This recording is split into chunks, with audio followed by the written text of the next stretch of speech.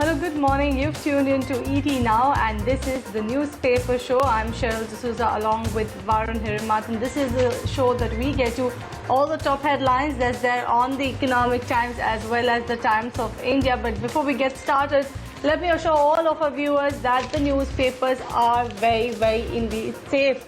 All those rumors about the newspapers not being safe on back of COVID-19 is totally untrue.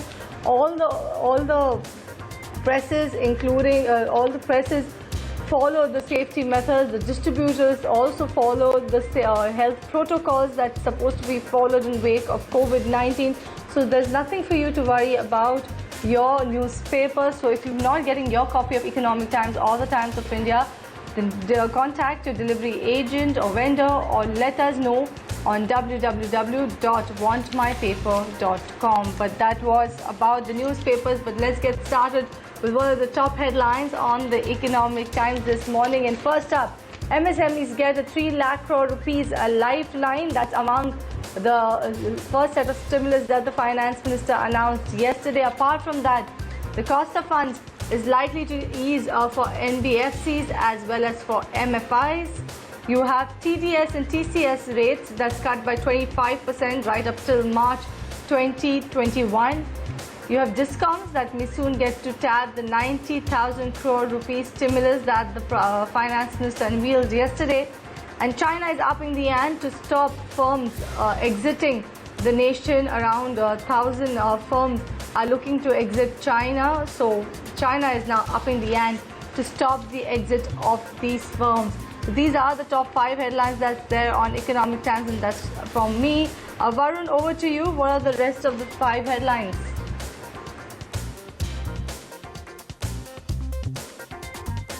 Right, Cheryl, good morning. So the first one here is that the Fed sees unprecedented downside risk, and they're coming forward and flagging that off. So that's a bit concerning for global markets. Moving forward, India is to test 4 drugs as part of the WHO trial. So, there's numerous drugs currently being tested. Still no clear victor in sight for the COVID cure or vaccine. Moving forward, UN cuts India forecast for FY21 by 1.2%. So here again, we have a different rating coming from the UN this time, whether it's Moody's, Fitch, the local authorities, the UN, everyone seems to have a different idea of what India's growth rate will finally settle at. UN is saying 1.2%. Now, the government issues norms for social media campaigns. So as digital really picks up, there's some rule and regulation creeping in there as well.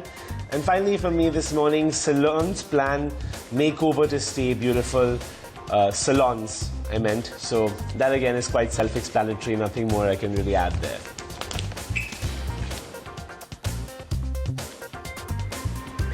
All right, those are the top headlines that's there on the Economic Times this morning. But let's shift focus with the top headlines on the market front in the Economic Times. First up, Dalal Street trimmed early gains to close higher by about 2% in yesterday's session. You saw the pre-open, you saw the market open at least 4% higher, but through the course of the day, it pared those gains. It was up around 2%. I stand corrected. And this morning, SGX Nifty is indicating a weak start for us. SGX Nifty is down about 1% already.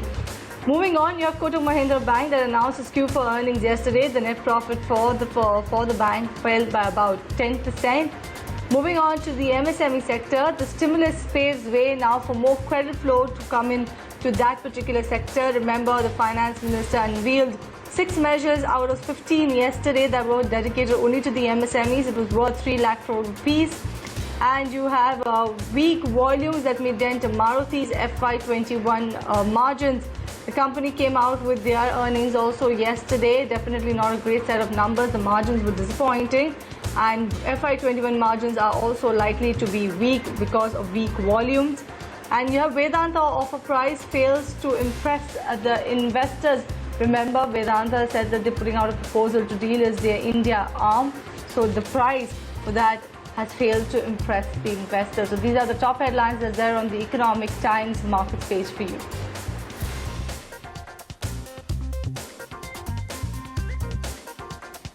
Right, let's also get you up to speed with what's happening in the corporate world. And let's begin with the fact that yesterday Maruti has cut its capex guidance and that the Q4 net profit has fallen by as much as 28%. So that really goes to show what auto has been experiencing in the recent times. And let's remember, this is Maruti, one of the leaders within the pack. Moving forward, India Inc. arms itself with COVID apps. So it seems to be that electronic applications are going to play their role in fighting the virus. And that's pretty key. By the way, the Maruti story was on page 4 of the paper if you'd like to look into it later. Input tax credit woes for companies. So, companies face input tax credit denial on goods destroyed, and that's quite a problem. Again, here it's on page 4 of the Eco Times, quite a key story. Do have a look later on in the day. Jet lenders make 4th attempt to sell companies. So the troubled Jet Airways, they've been looking for a buyer ever since Naresh Goyal stepped down. There's barely any equity value left in that company. It's mainly just a brand, and you still cannot find a suitable buyer. And with what's happening in aviation, highly unlikely that you will. And finally, again on page 4, Uber recalls B-School job offers. So that Uber withdraws job offers from several IIMs, MBI Gurgaon and Bhavan's SP JIMR as the COVID-19 takes a huge toll on the ride-hailing businesses.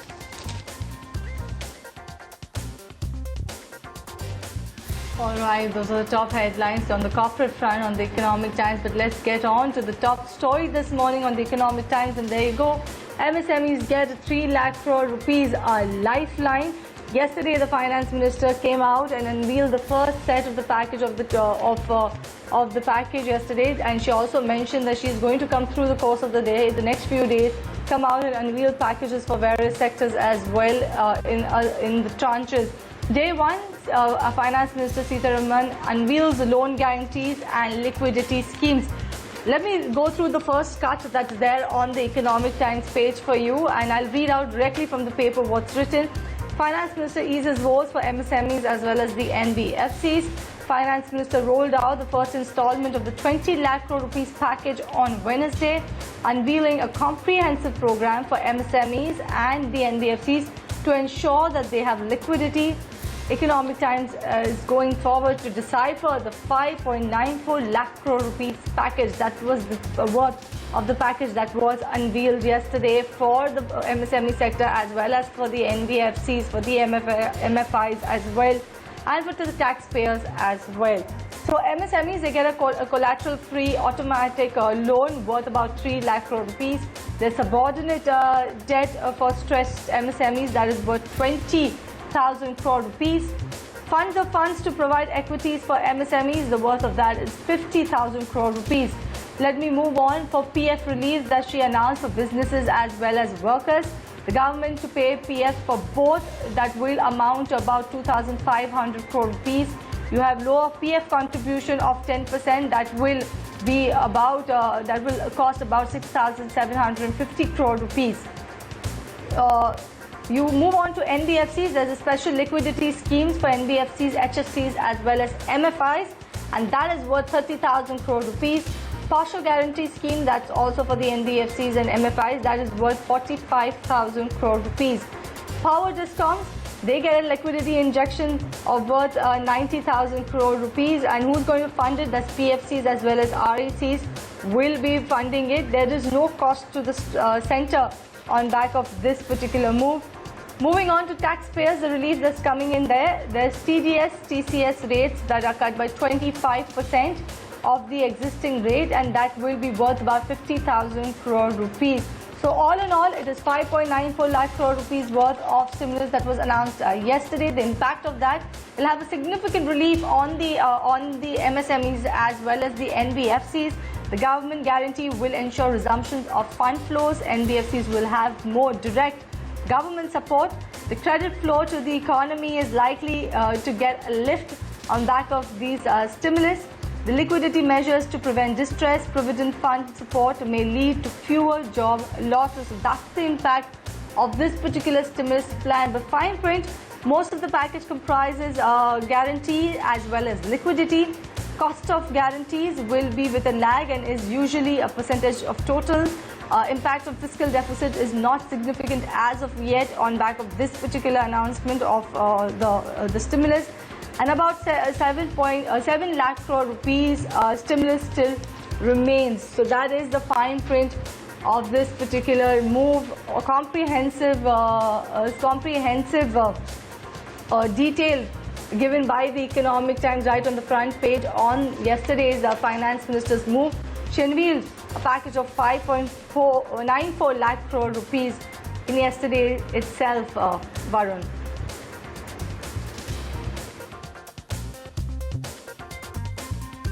Cheryl, so if you also look at the stimulus announcement, you'll see that a lot of the items are off-balance sheet items, meaning that they're just a loan guarantee. So it'll be interesting to see the rest of the week and what the announcements wind up as. But keeping it with Maruti, they've cut the capital expenditure for the second year in a row. That's on page 4 of the paper this morning. Really uncertain market conditions. They reported a 28% fall in their net profits to 1,292 crores in the fourth quarter, and the sales also declined around 17% to 17,000 crore. So the outlook looking quite dim for them right now, and with no clear revival in sight, one really wonders whether this is the new trajectory for a lot of auto companies going forward.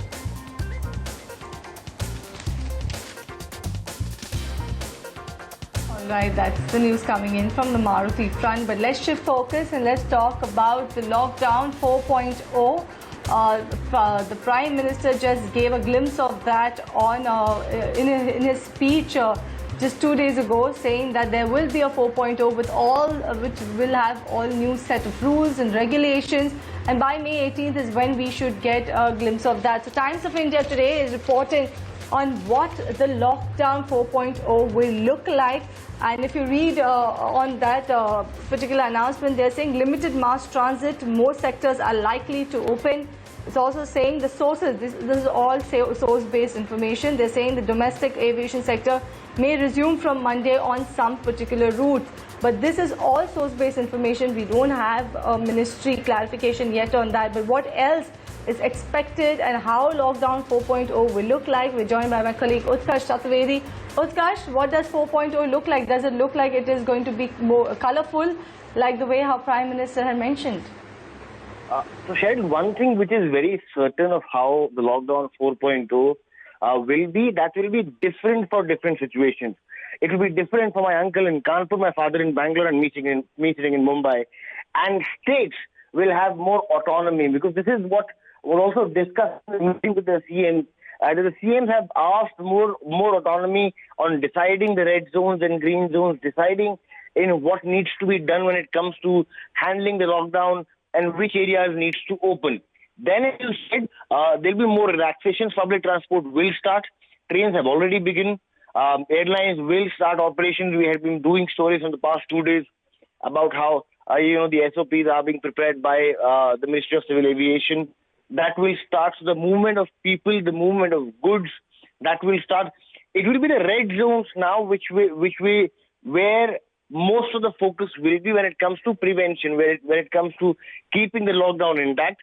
But in the orange zones and green zones, for sure, life will start looking like normal. Obviously, the social distancing norm is something which you'll have to live by for some time. But people who are in red zones, still the focus is to contain the spread, to contain, not making clusters or containment zones.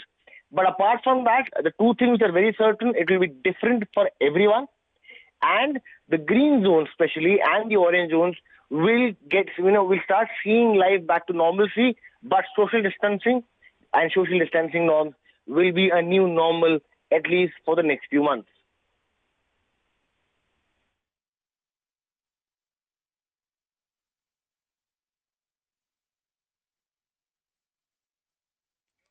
Right. Thanks for that, Utkarsh. Switching gears a little bit back to the Uber story. The COVID-19 has really hurt the company, and people aren't really using taxis to get around anywhere in the world right now. People, in fact, are barely moving around anywhere in the world. So Uber had made job offers to a lot of these fancy Ivy League MBA graduates and, all the graduates coming out of top business schools. it seems that these offers may now be retracted or at least put on hold, as the company might not be able to afford the additional burden on the employment fees. So we had Chandra Raghunathan talking about this. Let's listen in. Yeah, hi. So, this is part of Uber's overall strategy to cut down on staff and layoffs, as they've been facing a difficult time since the COVID-19 broke out. In fact, Uber's been getting a lot of bad press because it was reported a few hours ago that they laid off 3,500 employees over a Zoom call. So they've been getting a lot of flack for the way they've gone about that.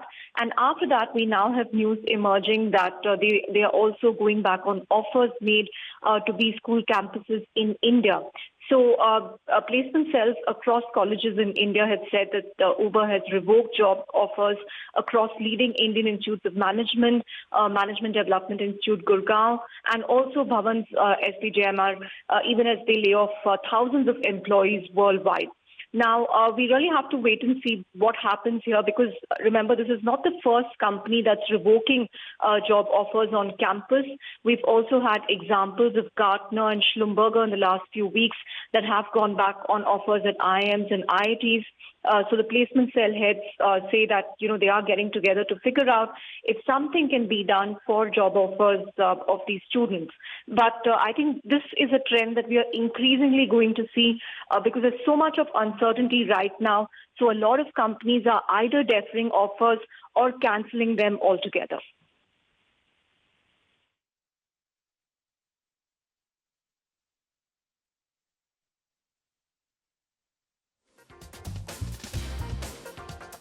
Chandra, thank you for taking us through that particular story. Uber is actually recalling B-school job offers. That's an issue that most of these companies, most of job seekers are actually facing due to COVID-19, the impact it's having on the job market. But let's move on and let's talk about a very interesting story that's there on the Times of India right here on the bottom of the page, and that is this one here.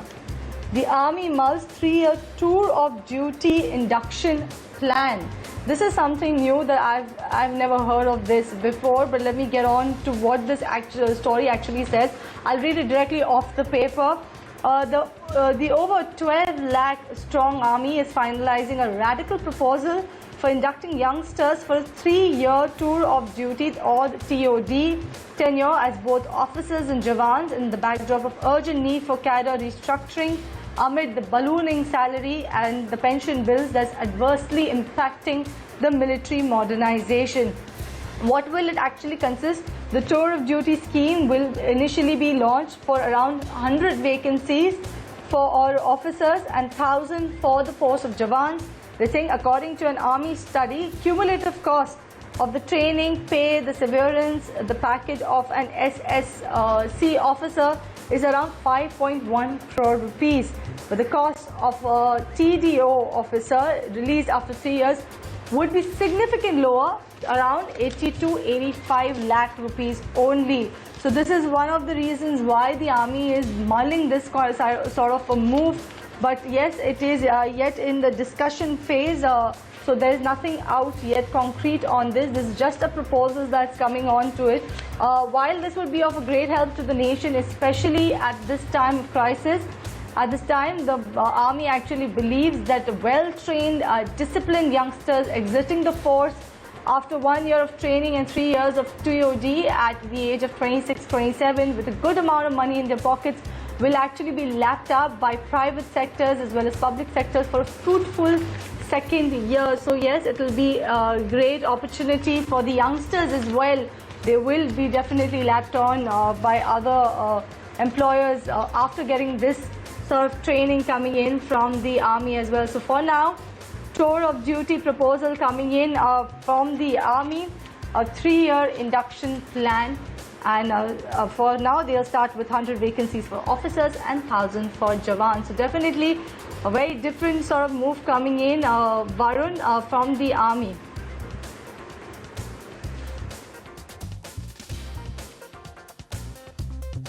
Cheryl, thanks. Let's switch gears a bit to the coronavirus headlines as we come to the end of the show.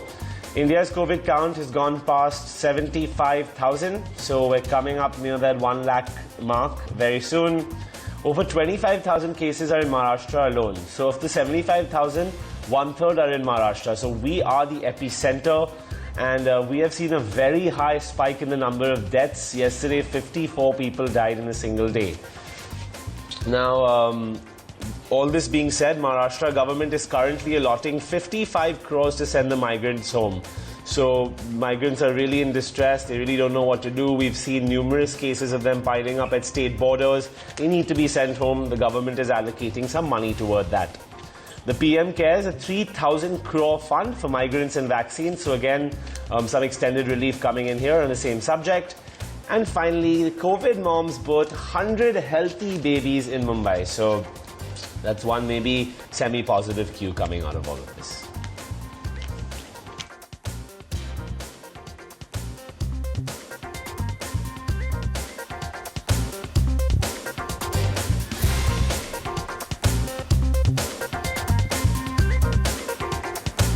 All right, and those are the top headlines coming in on the Times of India on the coronavirus. And the last headline of that seems like a positive ray of hope that COVID moms birth 100 healthy babies in Mumbai. But let's move on. Let's talk about a 90,000 crore rupees discount booster for the power push for the economic revival. And Economic Times has spoken to R.K. Singh on that particular front. He is actually the Power and Renewable Energy Minister. And what he's saying, and I quote what he's saying viability of distribution companies will go up because of the dues attracted, delayed payment surcharge ranging from about 12% to 18%, which will be replaced by loans of the lower rates, says that 8.5 to